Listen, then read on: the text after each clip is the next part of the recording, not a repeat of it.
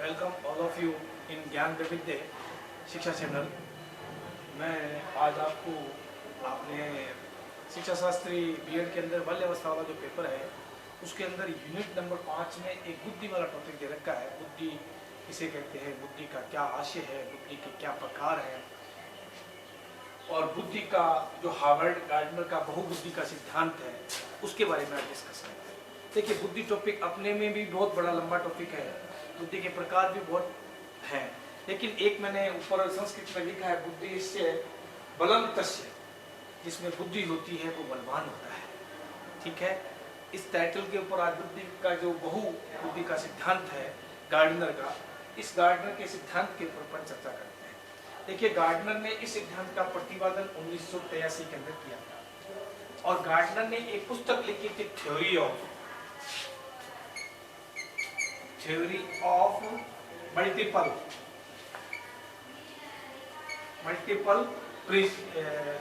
Principal, theory of multiple intelligence. ये जो किताब लिखी थी ये किसने लिखी थी? ये गार्डनर ने। और इस पुस्तक के अंदर उन्होंने बुद्धि के जो प्रकार हैं उनके बारे में बताया है। तो बुद्धि, देखिए, बुद्धि के बारे में अनेक लोगों ने, अनेक साइकोलॉजिस्ट ने, मनोवैज्ञानिकों ने, समाजशास्त्रियों ने बुद्धि की अलग अलग डेफिनेशन दी है। देखिए, बुद्धि के ऊपर अलग प्रयोग भी किए हैं।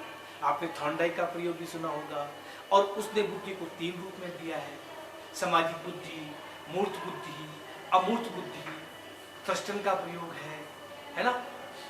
तो अनेक प्रकार के लोगों ने, बिने का प्रयोग है, उन्होंने बुद्धि की अलग अलग परिभाषाएं बताई है। तो अपने वो अकॉर्डिंग टू सिलेबस में है या नहीं है वो अलग चीज देख लेना, लेकिन ये जरूर है कि ये आपका यूनिट नंबर 5 के अंदर दे रहा है। तो इस सिद्धांत के ऊपर ही अपन फोकस करते हैं कि इस सिद्धांत के बारे में उन्होंने, गार्डनर ने हमें बुद्धि के बारे में क्या बताया। देखिए, 1983 के अंदर उन्होंने प्रयोग किया था और उन्होंने उस समय बुद्धि को कितने प्रकार बताए? 7। फिर 1991 के अंदर फिर उन्होंने संशोधन किया, एक बुद्धि और जोड़ दी। तो 98 में जब उन्होंने और जोड़ दी तो कितने प्रकार हो गए बुद्धि के? 8 प्रकार हो गए। ठीक है ना। और वो 8वां कौन सा हो गया था? प्रकृतिवादी।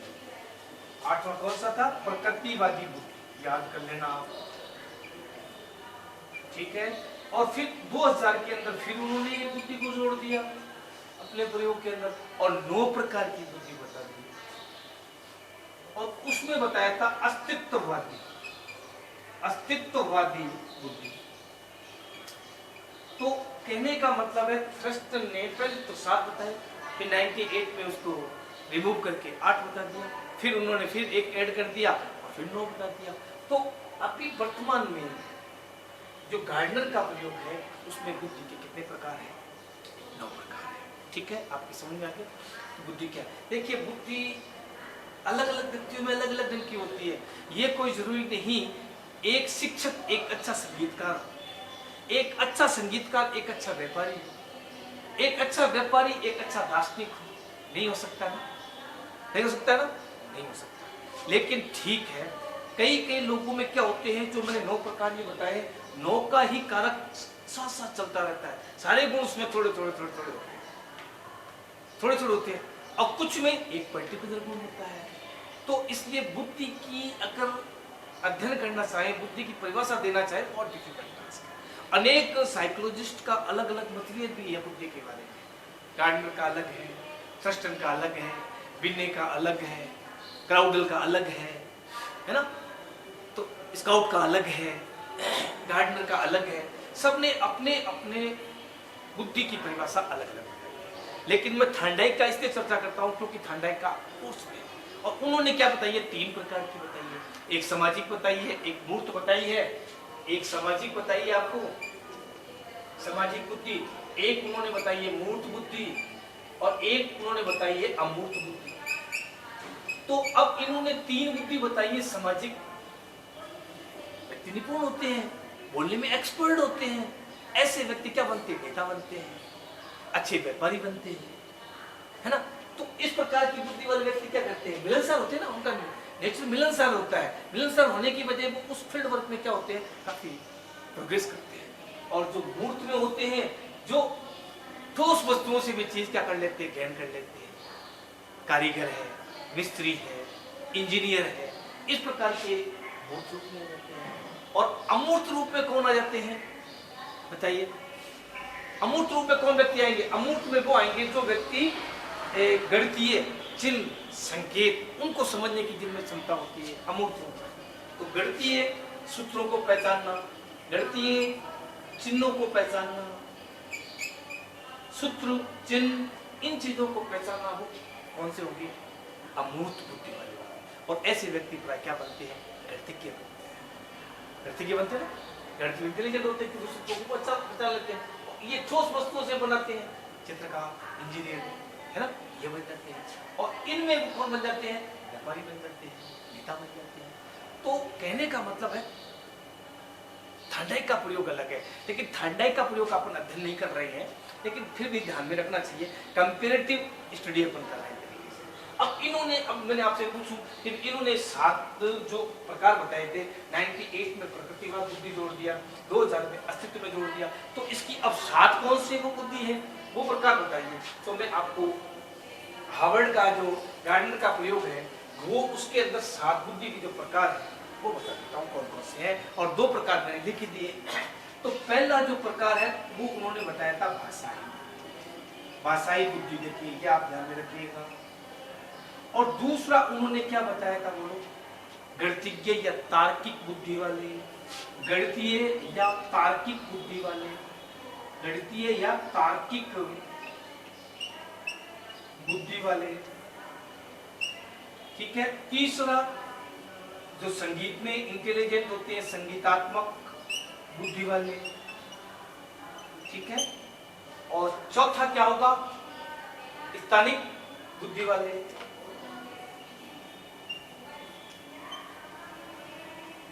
और फिर शारीरिक और गतिज बुद्धि वाले, शारीरिक और गतिज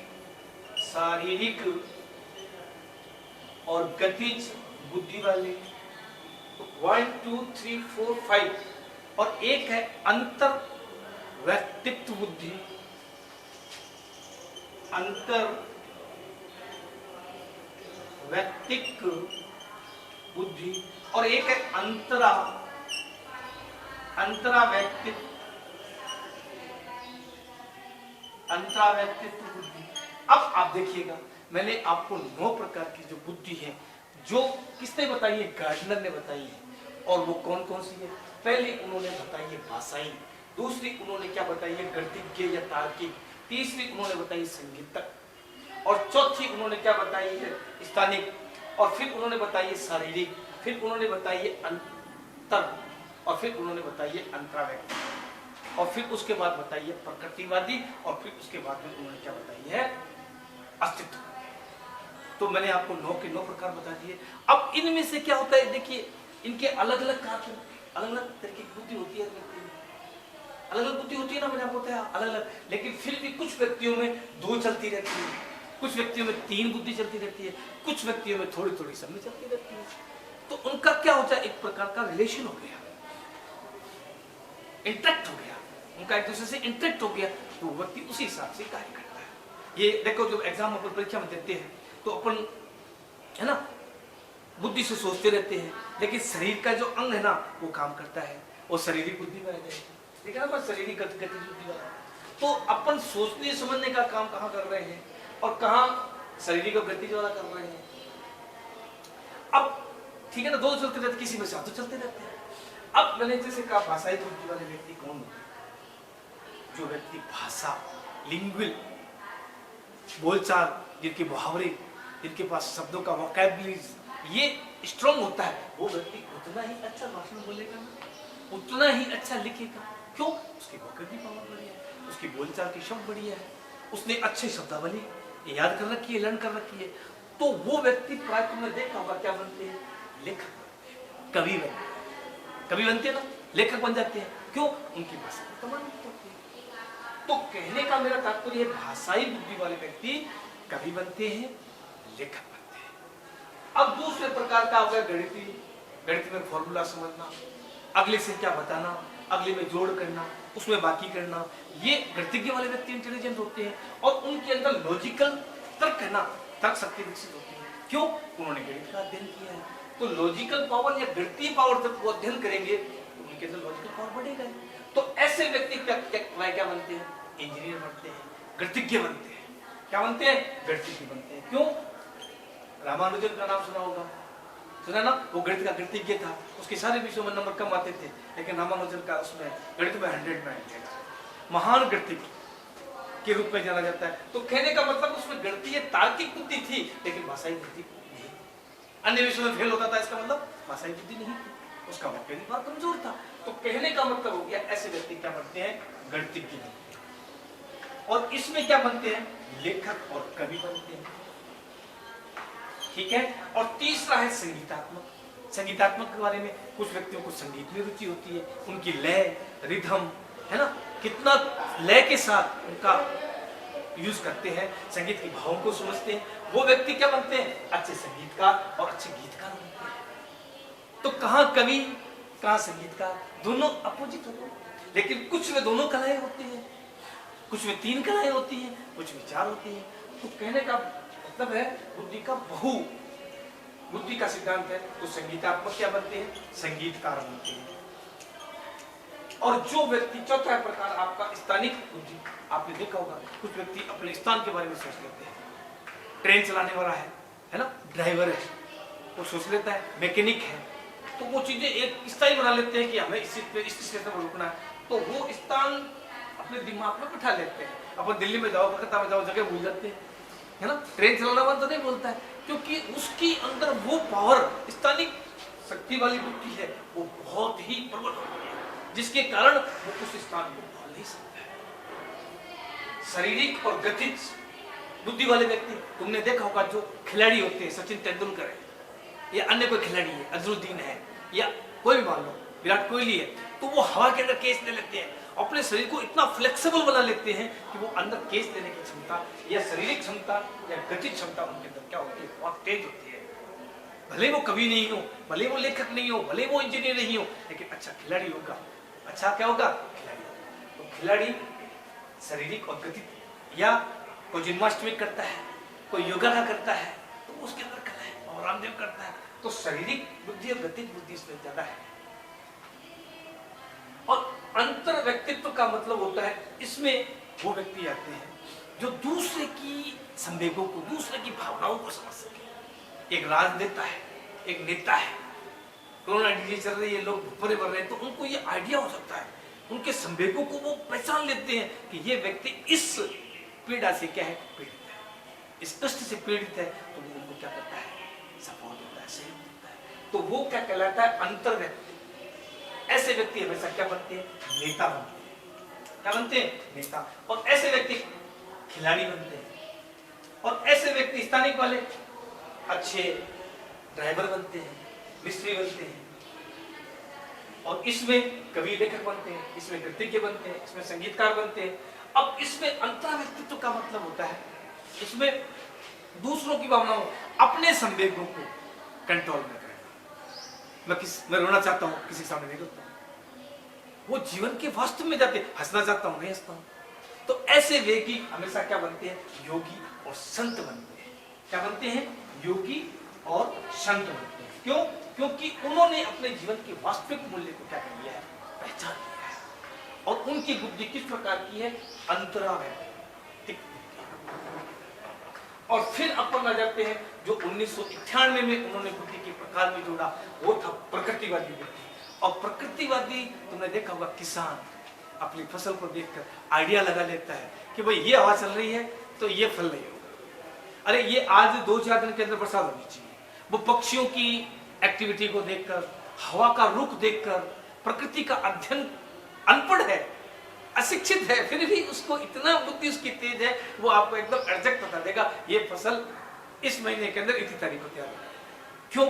उसके अंदर वो प्रकृतिवादी जो बुद्धि है वो बहुत ही ज्यादा निपुण होती है। अब है 1998 में 8वीं बुद्धि जोड़ी, और 2000 के अंदर उन्होंने क्या जोड़ी? अस्तित्ववादी। प्रकृति क्या है? What is universal? ब्रह्मांड क्या है? इसमें क्या अस्तित्व है ना? इसमें क्या अस्तित्व है, पृथ्वी गोल है, पृथ्वी नहीं है, कितनी लंबी है, कितनी चौड़ी है, तारे कहाँ है। इस तरीके से अस्तित्व का जो बारे में अध्ययन करते हैं वो अच्छे दार्शनिक होते हैं। क्या होते हैं? दार्शनिक, फिलोसोफर।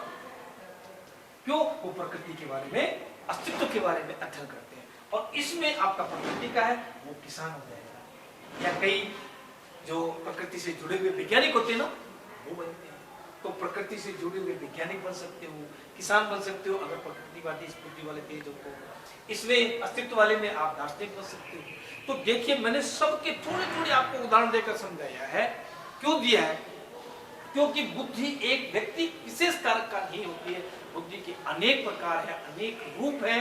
उसका प्रयोग एक छात्र किस फील्ड वर्क में बनता है, क्योंकि ये कोई आवश्यक नहीं है एक अच्छा डॉक्टर एक अच्छा शिक्षक, एक अच्छा व्यापारी एक अच्छा शिक्षक नहीं है ना। एक अच्छा व्यापारी एक अच्छा शिक्षक नहीं हो सकता है, एक अच्छा डॉक्टर एक अच्छा शिक्षक नहीं हो सकता है, एक अच्छा किसान एक अच्छा डॉक्टर नहीं हो सकता है, एक अच्छा खिलाड़ी एक अच्छा भाषाई नहीं हो सकता है। तो कहने का मतलब सब में अलग अलग एक्टिविटीज है, लेकिन कुछ एक्टिविटी ऐसी होती है जिनमें अंतर्क्रिया होती है और जो आपस में क्या होती है, जुड़ी हुई होती है। जुड़ी होने के कारण उसके अंदर वो क्वालिटी क्या होती है, शार्प बुद्धि का हो जाता है, तेज बुद्धि का हो जाता है, तीक्ष्ण बुद्धि का हो जाता है। जड़ बुद्धि वाले बालक भी है, मंद बुद्धि वाले बालक भी है, विकलांग बालक भी है, प्रतिभाशाली बालक भी है ना। तो बहुमुखी प्रतिभा वाले भी हैं। तो कहीं कहने का मतलब है जिसकी जिससे बुद्धि का कारक जितना ज्यादा प्रबल होगा वो व्यक्ति उतना ही ज्यादा क्या होता है। मैं ये नहीं कहता हूं कि एक व्यक्ति ये है बुद्धि है तो उसमें ये बुद्धि नहीं हो सकती है। एक अच्छा खिलाड़ी एक अच्छा शिक्षक भी हो सकता है। अभी मैं कह रहा था एक अच्छा खिलाड़ी एक अच्छा शिक्षक नहीं हो सकता है, अब मैं ये भी कह रहा हूँ एक अच्छा खिलाड़ी एक अच्छा शिक्षक भी हो सकता है। क्यों? उसके अंदर जो बुद्धि के दो कारक हैं वो दोनों कारक में क्या है, प्रबल है। प्रबल होने के कारण एक अच्छा खिलाड़ी एक अच्छा शिक्षक बन सकता है। तो ये मैंने आपको जो गार्डनर का बहुबुद्धि का सिद्धांत है बहुत ही इंपॉर्टेंट है, बहुत ही लेटेस्ट है, साइकोलॉजी के अंदर भी है और बाल्यावस्था के अंदर भी है। बाल्यावस्था वाली जो किताब है उसके अंदर आप अध्ययन कीजिएगा, यूनिट नंबर 5 है। उसमें मैंने आपका बुद्धि का जो सिद्धांत है मल्टीपल थ्योरी बोलते हैं इसको, मल्टीपल थ्योरी, और वो आज के युग में बहुत ही सार्थक है। और इसी के साथ मैं अपना टॉपिक समाप्त करता हूँ। अगले टॉपिक के बारे में बुद्धि के प्रकार क्या है, बुद्धि किसे कहते हैं, किन किन विचारों को क्या क्या परिभाषाएं दी है वो मैं अगले टॉपिक में बताऊंगा। Thank you.